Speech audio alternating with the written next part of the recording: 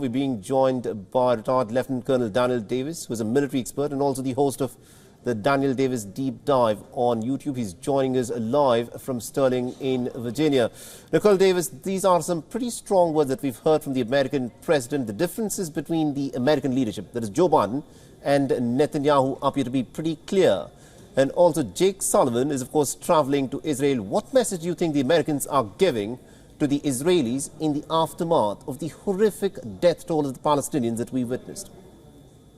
Well, I think that poll numbers that you cited just a moment ago is pretty sobering information and really confirms what many people here in the United States and apparently in the administration has been saying. You can't kill your way to peace in this situation. You can't just say we're going to kill all the Hamas fighters and then we're going to have peace, because you see there's been such a massive destruction of the ability of the Palestinians to even live after this is over, on top of the scores of thousands that have been killed and tens of thousands more that have been wounded.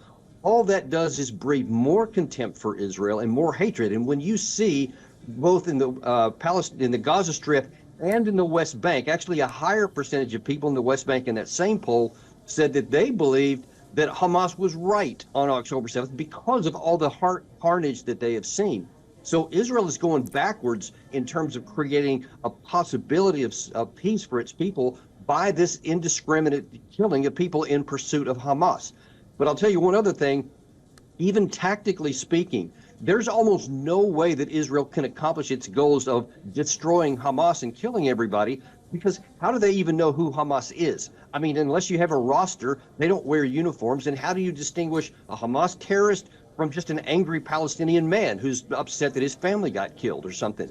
And you see that you're just going to create more and more. I've seen it with my own eyes in combat. And if they don't change something, they're not going to attain their political outcome, and they're going to create more strife for the future. You know, it's interesting that you mentioned this, because this is an interesting sentiment that was also echoed by General David Petraeus. He said that it is important to win the battle of hearts and minds, and if Israel is serious about actually rooting out Hamas, then Israel's job is to make the lives of the Palestinians better than what they had when Hamas was, of course, ruling them in the Gaza Strip.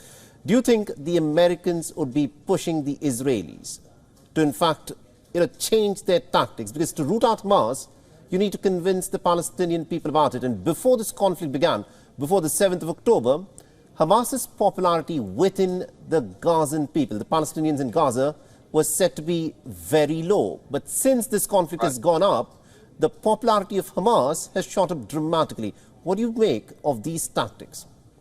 Yeah, the whole issue of winning hearts and minds, you might have had a shot at that before October 7th. There is no chance for that now. That's not even on the table. What you have to now do is just even create the possibility of a future and a hope for the Palestinian people. You're not going to win any hearts and minds now, not for the foreseeable future, because of the extraordinary level of anger that has been created by this, massive loss of life and physical destruction. So that's actually off the table.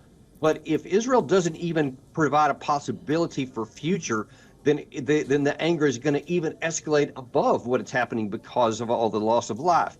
So whether Sullivan or President Biden or some of these other officials are telling Israel this behind the scenes, I don't know. I certainly hope so, because we're not doing them any favors by just saying you should be more careful and then not doing anything when they're not. Because Netanyahu has been abundantly clear. He doesn't care what they're saying. He doesn't care what Sullivan says. In fact, he said just, I think yesterday, or maybe it was earlier today, he is going to continue to press forward. He will not do a ceasefire. Basically, he's not going to do anything that the U.S. is asking. And at some point, we're going to come to a point to where we have to say, you're on your own, or we're just going to say, we're going to continue to let you do whatever you want. And then we're not going to have any difference in the public opinion in the world that we're basically behind them. And that's the stark truth, no matter what anyone wants to say. All right. Thank you very much indeed, Colonel Davis, for joining us and getting us that perspective there. Thank you. WION is now available in your country. Download the app now and get all the news on the move.